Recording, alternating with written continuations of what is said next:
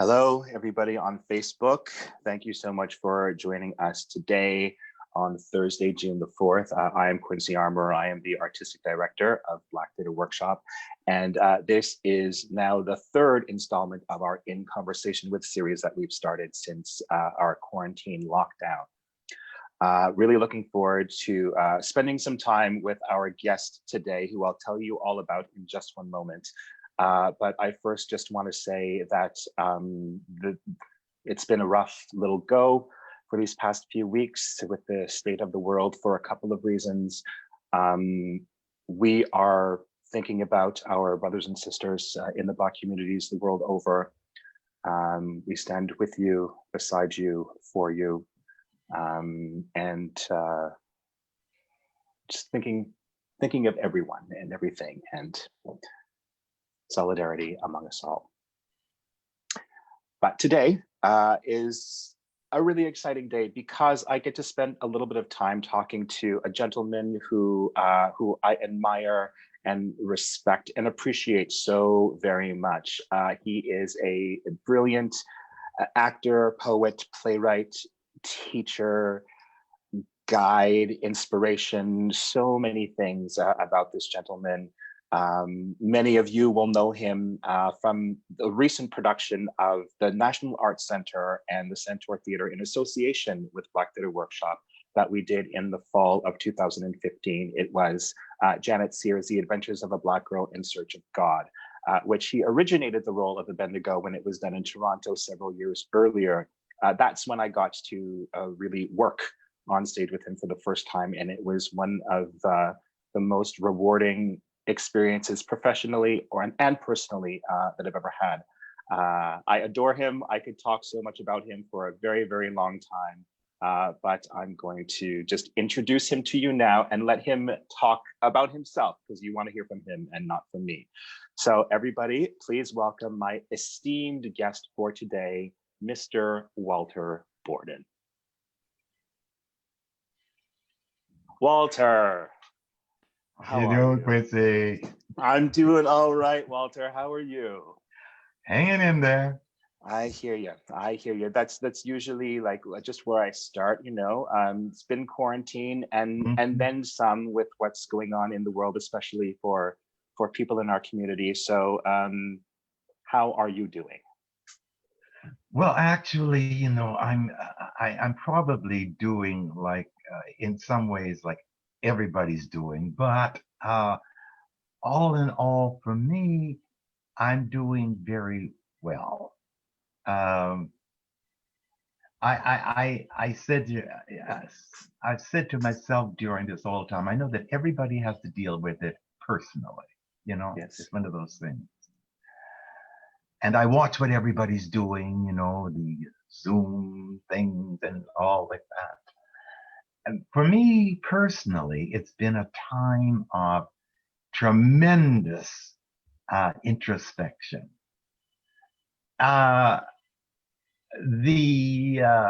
whole COVID-19 experience was really just a catalyst for me to go into this introspective period, because it had already started outside of it.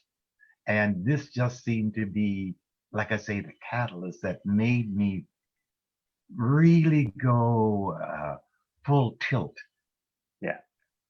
into the introspection side of it, because it, number one, at this particular point in my life, in my career, it is something that I was gearing up to do anyway. It's one of the things you do in the third act.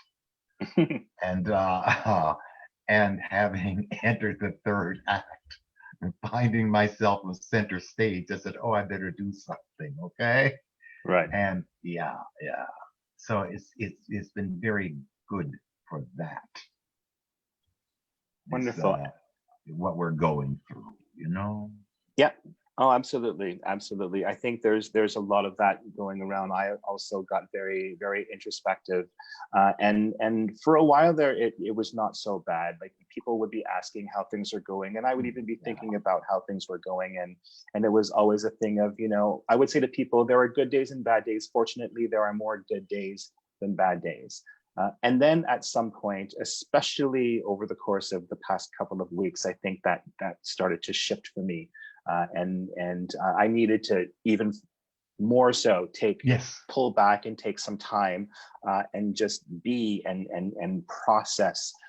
And it's an interesting thing where balancing knowing that that's a real need for you personally, but also the guilt that comes along with that, because you want to be out, you want to be active, and you want to be doing. And so navigating that duality, I think, is a little bit difficult sometimes. But yeah. Well, for me, one aspect of how I'm looking at it has to do with watching the younger generations deal with it. I find that extremely interesting to document personally and observe, and I will write about it. I'm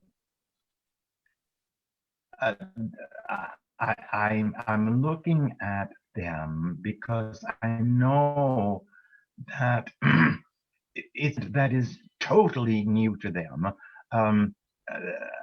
I can't say that I have, like everybody else, experienced this, because the last folks to experience this did it in what 1918 to 20 or whatever. But I have experienced in the early 40s quarantining, and of course being in the middle of the Second World War. Right. That was a very particular thing. And even as a very young child, I remember it all very, very clearly. And I remember the quarantining that was going on.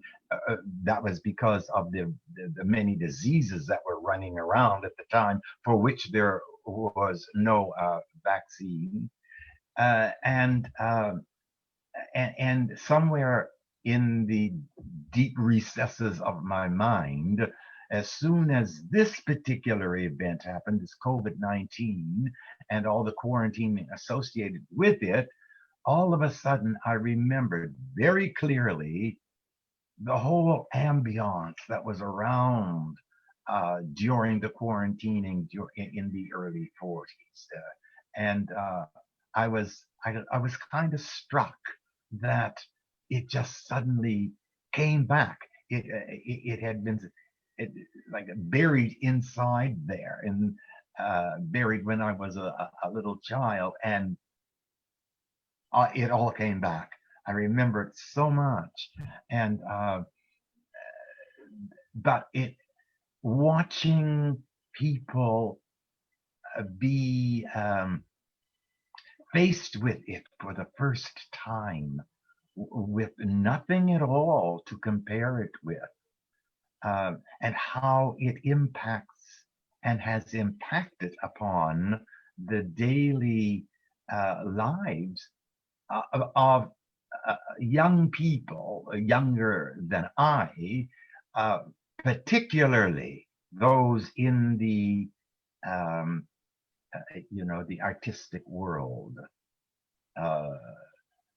how this event has shaken them, because it has knocked their professional platform out from under their feet. And so many of them are having to deal with, from my understanding, from where I'm observing it all, they have to deal with having that platform knocked out from under them, because they're forced to see themselves in some other way than just the profession that they have entered. Right. To many of them, they never have done that. And so to have it knocked from underneath them, it knocks them into the area, that whole area of, then who am I? And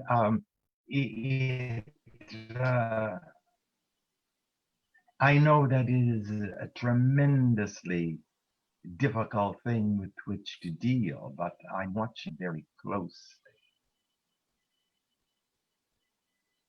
I hear you. Okay. I want to stay here talking to you all afternoon long, but unfortunately, we won't be able to do that.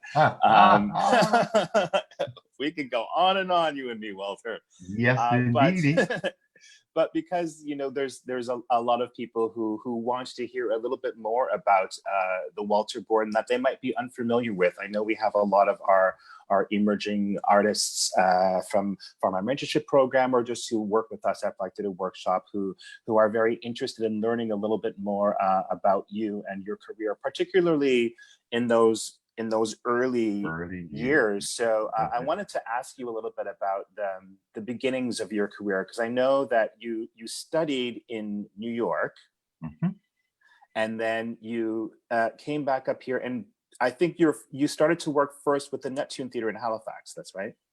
No, I'm my very first professional debut was at Vancouver Playhouse. Oh, wonderful. What show, do you remember what show it was? 1970. What was the show? We were doing, I was in two shows then, Rosencrantz and Guildenstern Are Dead, and Othello. Brilliant. Those are the two. That kicked it off, yeah. Wow. And then from Vancouver Playhouse, I mean, you've worked across the country. I mean, we can't really spend any time going naming all of the theaters that you've been at. We'll be here for a while. But one of the shows that productions that I wanted to ask you about in particular was doing Hosanna by Michel Tremblay.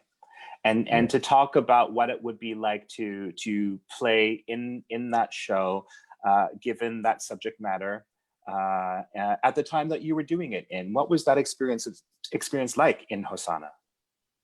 It was really, a magnificent experience. I did that at Neptune, and 1998, and Jeremiah Sparks played opposite me. I was Hosanna, and it was directed by Richard Donat, who had played the original production with Richard Manette. Right. And Jeremiah played Curette, and that was the role that Richard Donat had done. And so it was really interesting to have, the original actor from the show directing this one all these years later. And it was a magnificent experience. And it was so interesting because it just so happened that during the run, there was a film being shot here in Halifax, it was in Dartmouth actually, and Paula Abdul was in it. And so one night, Paula and her group, having heard that Hosanna was being done, decided to come to the show. And to observe their reaction at the end of it, because they came backstage afterwards, they were just blown away. And I remember Paula saying to me, "What are you doing here?" And I said, "Well, Paula, I have to be here for many, many reasons." But it was a unique experience, and one that I wouldn't have missed out on at all. I bet. I so wish I could have seen it. Well, that there was a recent production of Hasano here in Montreal that our dear friend Mike Payette directed for Table d'Hôte Theatre. Oh wow! Yeah, it did really well. It won a whole bunch of awards at the Meta Awards that I know you are familiar with. But it was also really great too, because I remember Mr. Tremblay came to see the production and had some very lovely things to say about Mike's work, of course, which is so brilliant. And that was the first time that I got to see a live production of it. And so then to learn or to know that you had done it as well, I can so picture what your Hasano would have been like. And Yeah. who knows, maybe one Well, day I'll get to see it. it was so interesting too that very, very recently, um, a young actor, younger now, very young when we met, um, Frank Zotter. Uh, Frank was completing his Master of Fine Arts degree out at UBC just now, and he chose to do Hosanna as his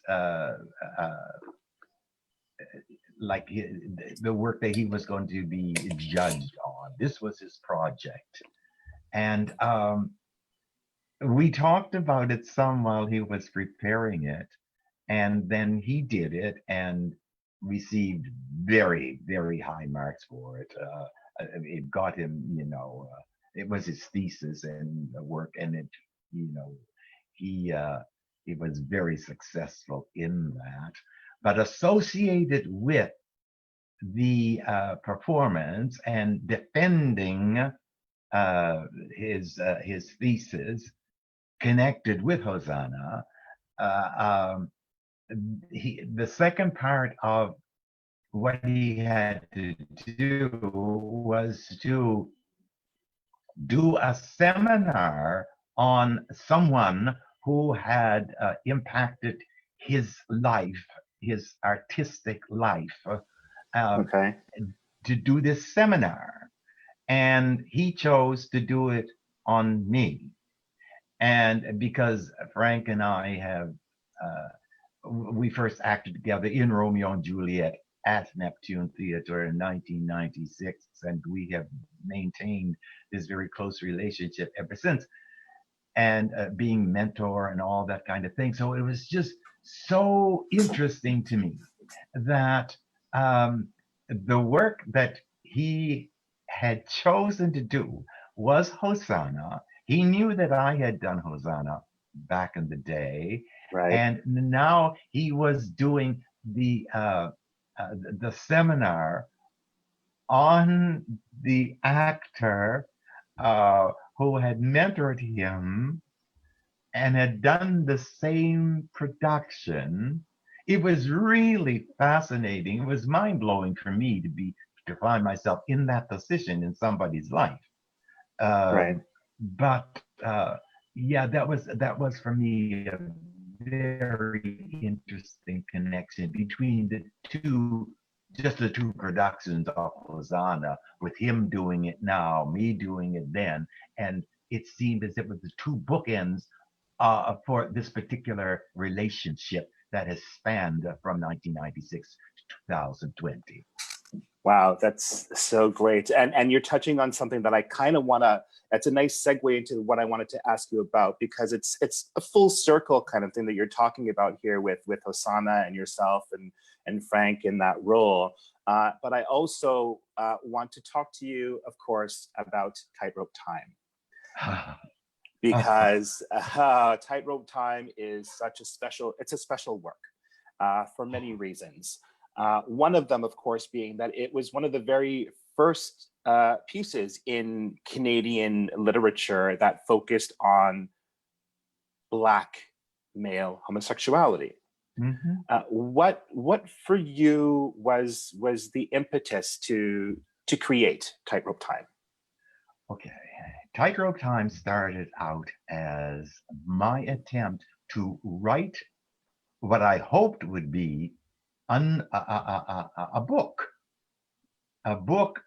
about my experiences from zero to 32 years of age. That was the pretentiousness under which I was laboring at the time, and which young people do. As a matter of fact, in Tightrope Time, there is a piece that includes these words: and that were apropos for me. Pretentiousness allows us in the springtime of our 20s to think our life an epic for a book. But later, as the season waxes lush into your 30s, your story can be captured in a chapter. And it goes on from there. Well, I was in the Wow. pretentious phase, and I was going to write this book.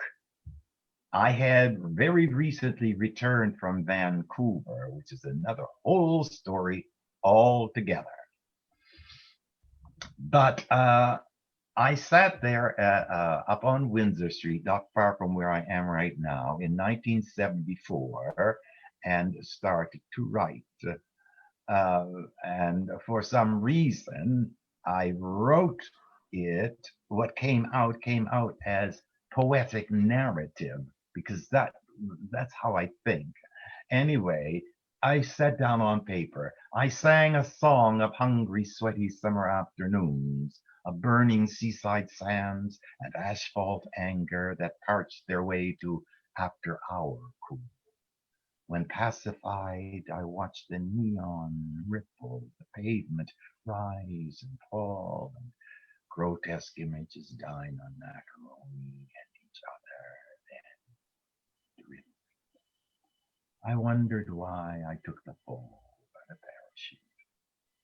Well, I wrote this down, and then I realized I had nothing more to say. Well, that was my book. So I then started just writing other things that came into my head, and I ended up with about, I don't know, a goodly number of narrative poems. And one day, just out of the blue, I read them over, some of them over, and I realized a couple of things. Number one, it sounded as if there were several people talking. And I arranged them in a certain sequence. And I thought, oh, voices. And I showed them to a friend of mine who had just started a theater. Hmm. And he said, Walter, why don't you do this as a play? And eventually that's what happened. I had 6 voices at that time. And I had called the piece Can't Stop Now, Saints Have Trod, from the old Negro spiritual, tired, Lord, I'm so little rested. Tired, Lord, and I'm so little rested. I'm so tired, Lord, and I'm so little rested, but I can't stop now. Saints have trod.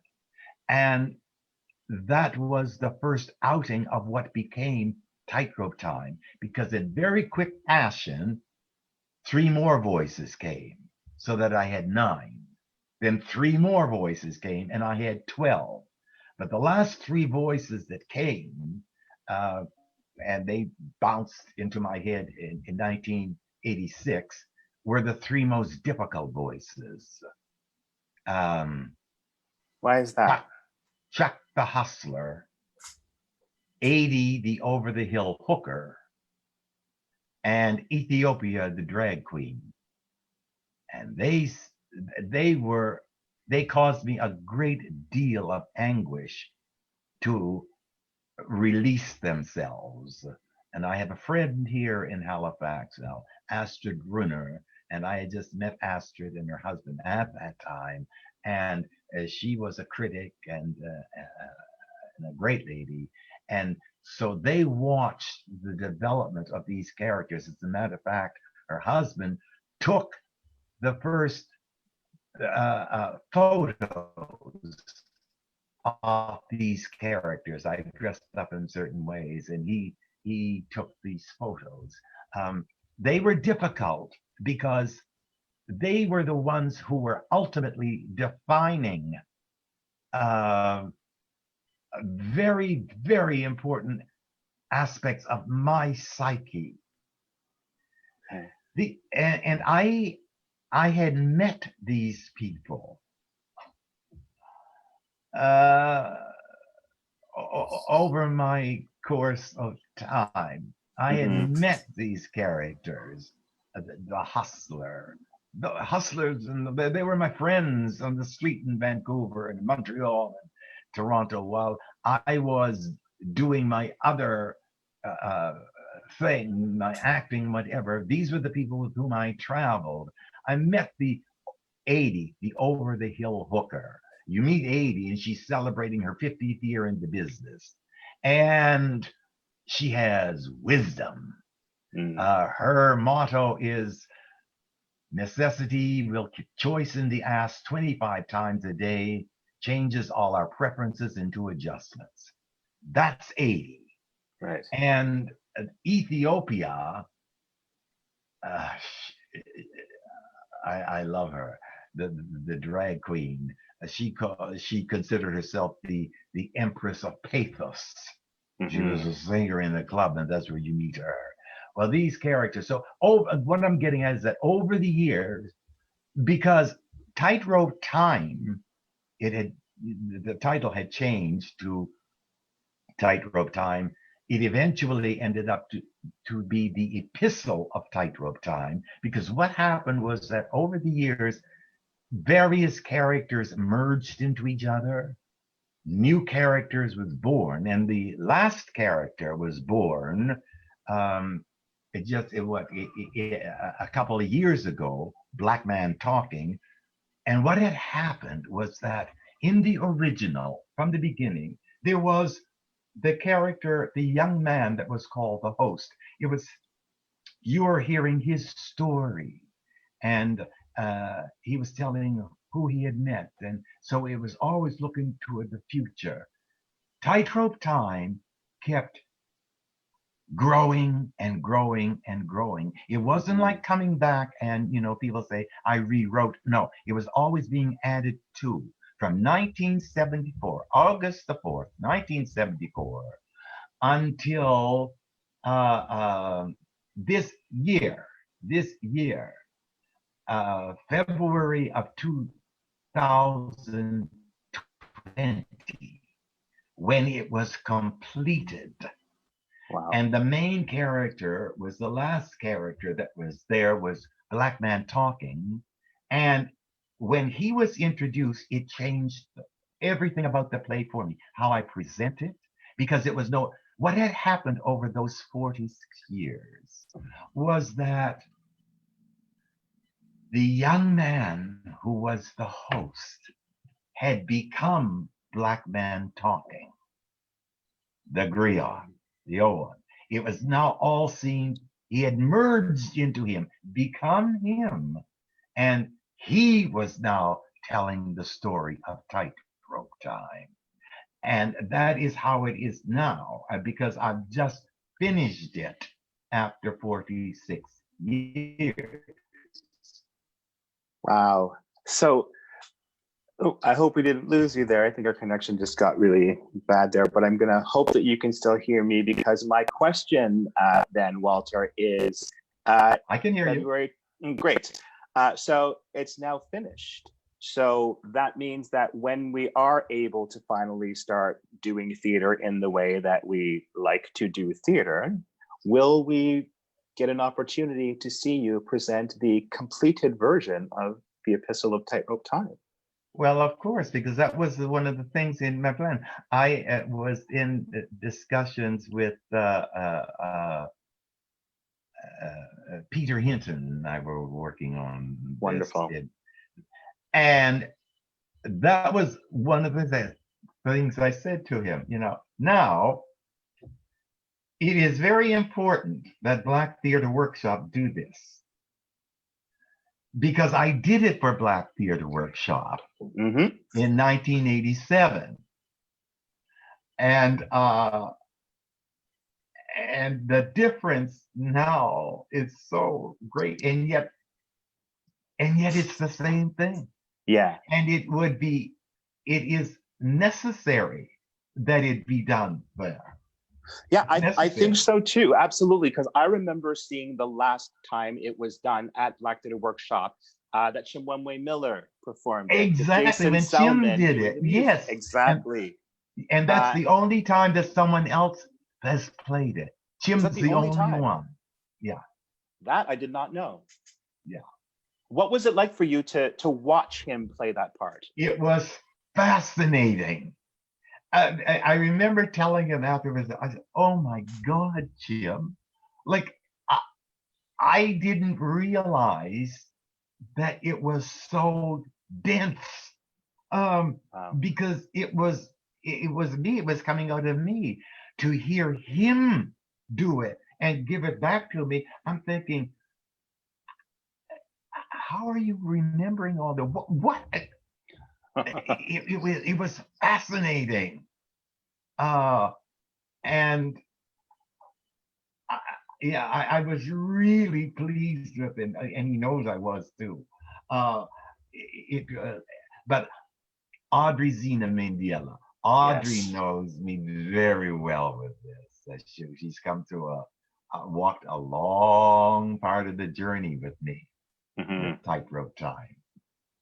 And but to do it now Yes. uh, is it's very important because instilled into it now is well, wisdom that was accrued over 46 years also added into it. It was just, and so it was logical that the story be told by Black Man Talking, who this pretentious young man was at 32. What does he have to say now at 70, almost 78? Right. It's, yeah. Well, clearly there's a conversation between us that has to happen after this conversation between us, and that Oh, will yeah. absolutely happen. I want to. There's a couple plays that I have to bring up because when I think of you, there's a couple of iconic roles that I associate you with, and two in particular, of course, are connected to our very dear friend Janet Sears. Oh, yes. Who is just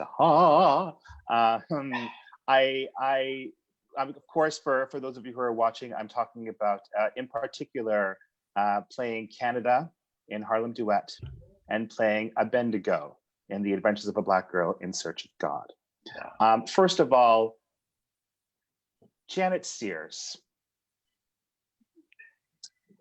I mean, it's go ahead. Janet. Oh my. Janet, I can't even begin to tell how important Janet has been in my life. Like, Janet saw me first in Harlem Duet when it was done at Neptune, and uh, uh, she came down to see it done because Allison Seeley Smith, uh, who had been the original Billy, was directing this production here.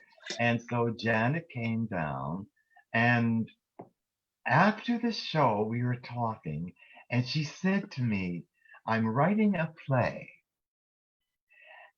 and if when I finish it, there is a character that is in the play, that is being written in the play. Will you play him?" I said, yes. We didn't say that was all the discussion about it because Okay. I just knew that if Janet was asking me to do this, she knew precisely what she wanted. And I was going to create a character, a new character from scratch. Nobody having had done it before. Mm-hmm. And so that was in 2000. And then, you know how Janet works, slowly, surely. Over the next couple of years, we did two huge workshops in Toronto. so that she could continue writing. Then in 2002, she was ready for the first production of The Adventures of a Black Girl in Search of God. And we hit. It it was amazing. It was, for me, it was particularly, it stays particularly in my head because just as they were ready to go, we were ready to go into rehearsal in Toronto. I was down here in Halifax and I got appendicitis. My appendix burst. Oh, wow. 2 days before we were to start rehearsal in Toronto. And it was a messy operation. Against all the insistence from the doctors, I have to go, I have to be in rehearsal. I ended up being in the hospital for 2 days. Oh my. And I have to go. Well, people got me on the plane and whatever. I arrived in Toronto with, I don't know how many sutures down my stomach because like they've been crazy operation. And they took care of me in rehearsal. They had a special cot where I could lie down between all the scenes, and as I healed, one of the actresses, her father was a doctor, and he became my doctor. It was crazy. That was a shape I was in when I was doing a Bendigo. And, but you see, the more important thing was this. I suddenly realized, for me, that I had played 3 characters, and those 3 characters were brothers. Which were 3? Hoke in Driving Miss Daisy. Okay. Canada in Harlem Duet. And a Bendigo in The Adventures of a Black Girl in Search of God. And I saw the link between them all. I knew the ages of the brother. I knew all like that. And that's how I always saw it. So, yeah, my association with adventures goes deep, very deep. And Janet understood all that because I told her about this connection between these other characters and all that. And so now Janet is writing another play. Janet is writing another play and has been writing this other play for several years. And she just keeps saying, just hang on. It's coming.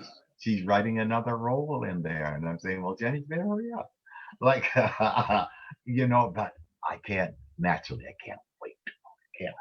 Well, there's so many people watching here, I'm sure, that also cannot wait to see you in that, especially, but just to see you again on stage. But as we're talking about a Bendigo, an interesting thing, because not many performers, I would think, have the opportunity to create a role and then to leave it for 15 years or so, or whatever it is, and then to come back to that same role when we did the production with the NAC, Centaur, and BTW. What was it like for you to come back to a Bendigo after all that time? It was just as if it was just as if life had just gone on, and it was 15 years later in a Bendigo's life. Janet did a very magnificent thing, again, as she always does. She knew that, we would be in this production this many years later. There would be so many new characters that it just would have to be. And, but what she did was she made sure that there was a certain group, the Lots of Soap gang, which is the Lots of Soap gang. She pulled together the Lots of Soap gang, except for one person who couldn't repeat it because he was ill now. But the new act came in and just set right into it because those characters are so defined. And once she had that core, then she took and chose uh, um, two performers from the original choir, Troy and Sate. huh? Sate. Yes, and that's all that was needed because everybody who was new just stepped right into that world. It was just bam, like that.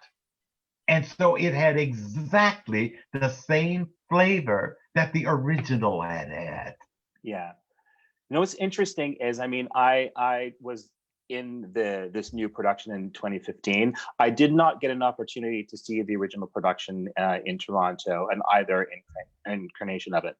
Um, but as someone new coming into the world of adventures, you kind of knew that it was something special right from the get-go, but I didn't realize how significant that play and that production was going to be on me in my life, both personally and professionally. I think, you know, it absolutely changed who I am. Working on that show with the people that were involved in it changed who I am. It changed how I think about the work. It changed my own personal view on Canadian theater and what Canadian theater can actually be. It was just so rewarding, and to be there and to watch, particularly like you and and Lily and Barbara and Jackie do your thing. It was really, Yes, you know, yes. I Well, you think see, in the original, like while we were doing it back in the original production, I mean, we actually went to Negro Creek and spent the day there. right. Um, it was just phenomenal.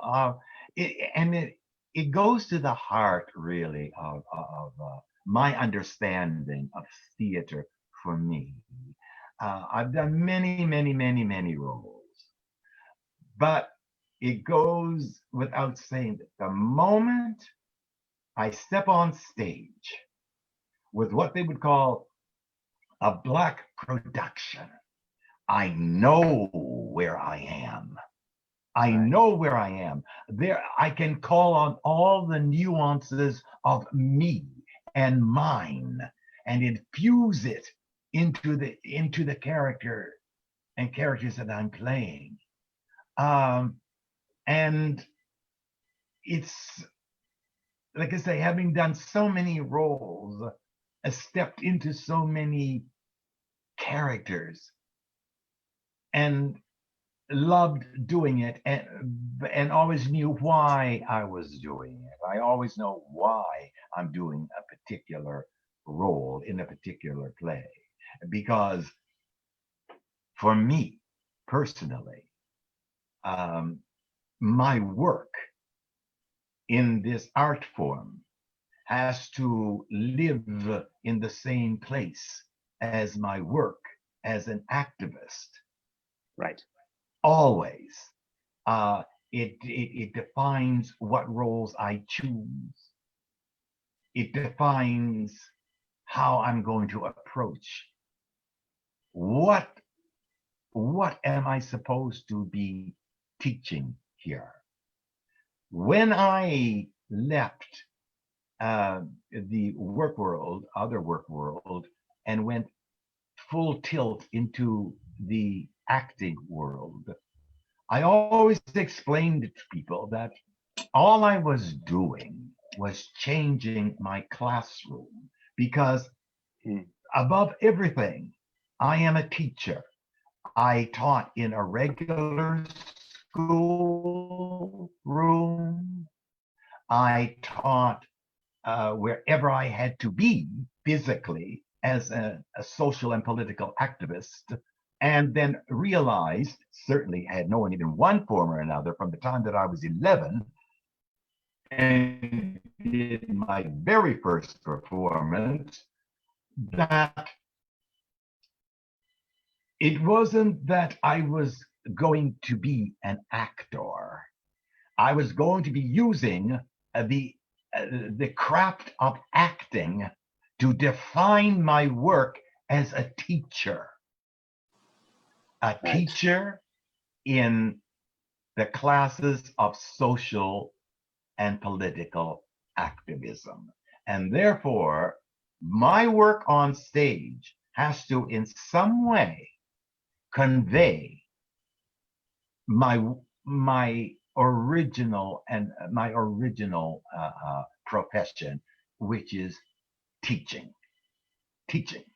Right. And so that, and just to hook it back again to with Janet, she gave me these roles where I could definitively carry out that little not only plan of mine, but my responsibility, my duty of how I use my craft to illuminate my profession of teaching. Right. It's like my endless teachers prepare their lesson plans, and each time I go on stage, I prepared a lesson plan. Well, I can tell you from personal experience that a lot of us who are in the room with you are very aware of the lessons that we are learning just by being there in your presence. It was I cannot wait to share the stage with you again, Walter. I'm gonna make it happen. I know what you're saying. I know what you're saying. Yes, indeed. We're coming up on the end of our time, and like I said before, I really could stay here and talk with you for a little bit. I wanted to talk a little bit more about Driving Miss Daisy and when you played Lear, and also Lily's, which is a very recent one. Yes. But yes. I think what's going to happen is we might have to have an in conversation with Walter Borden 2.0. We might just have to do this again another time. Because if we start in on so many of these other things where we won't be able to wrap up anytime soon. I didn't even get to talk. I wanted to mention all of the wonderful awards that you've received over the course of your career, including the Martin Luther King Jr. Achievement Award from Black Theatre Workshop in 2006. You got the Queen Elizabeth II Gordon Jubilee Medal, the Portia White Prize, and you are a member of the Order of Canada. And Order of Nova Scotia. And of Nova Scotia, exactly. There's so much for our audience to gain by just listening to you talk. And so I invite you to join us again at another time. I would give you a call. Love to. Oh yeah, well I'll call you, email you, send some carrier pigeons or something, and we'll work it all out. But from the bottom of my heart, Walter, thank you for taking this time to speak with me today. And as we wrap up, maybe the one thing that we can do to end is for any young, emerging, aspiring artists of the theater out there, perhaps particularly who are coming from either the Black and or LGBTQ communities, any perhaps words of wisdom or just a message that you might want to give to artists out there, many of whom might be struggling right now with not being able to practice this art that they love so much and don't necessarily, may not yet have the experience to be able to know how to navigate that. Just anything that you can share with our young artists out there. I guess, really, the most important thing that I can say is just know why you're doing something. Formulate for you some philosophical base, and then live that and infuse your work with that. And it doesn't have to be something that is, deep and profound. Simplicity has always been everything in the world to me. And I'll just share this with you. This stays with me all the time. I fused several songs, verses from several songs that became my philosophical platform. And it goes something like this. If I can help somebody as I travel along, if I can cheer somebody with a word or a song, if I can show somebody that he's traveling wrong, then my living will not be in vain. So I'm on a journey now, Mount Zion. My journey now, Mount Zion, and I wouldn't take nothing, Mount Zion, for my journey now, Mount Zion. But you know, the road is long, with many a wind and turn that leads us where? Who knows where? But you know, I am strong. I'm strong enough to carry him because he ain't heavy. He's my brother. And I don't feel no ways tired. I've come too far from where I started from. Nobody told me that the road would be easy. And I can't see why she had dropped me this far just to leave me. So this little light of mine, I'm gonna let it shine. This little light of mine, I'm gonna let it shine. This little light of mine, I am gonna let it shine. Let it shine. Let it shine. Let it shine. And if you follow something as simple as that, then you will do your chosen craft the honor that it deserves. Thank you, Walter. I'm so grateful. It's so lovely to have you here. Walter Borden, I love you. I miss you. I hope you're doing so well. And thank you also to those of you who joined us today. I hope you enjoyed talking to Mr. Borden as much as I did.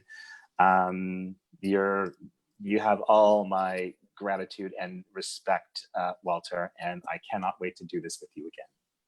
We'll talk soon. Sounds good. Thank you to all of you. Thank you, Walter. Be safe, everyone. Take good care. Take care of each other, and we will see you again very soon.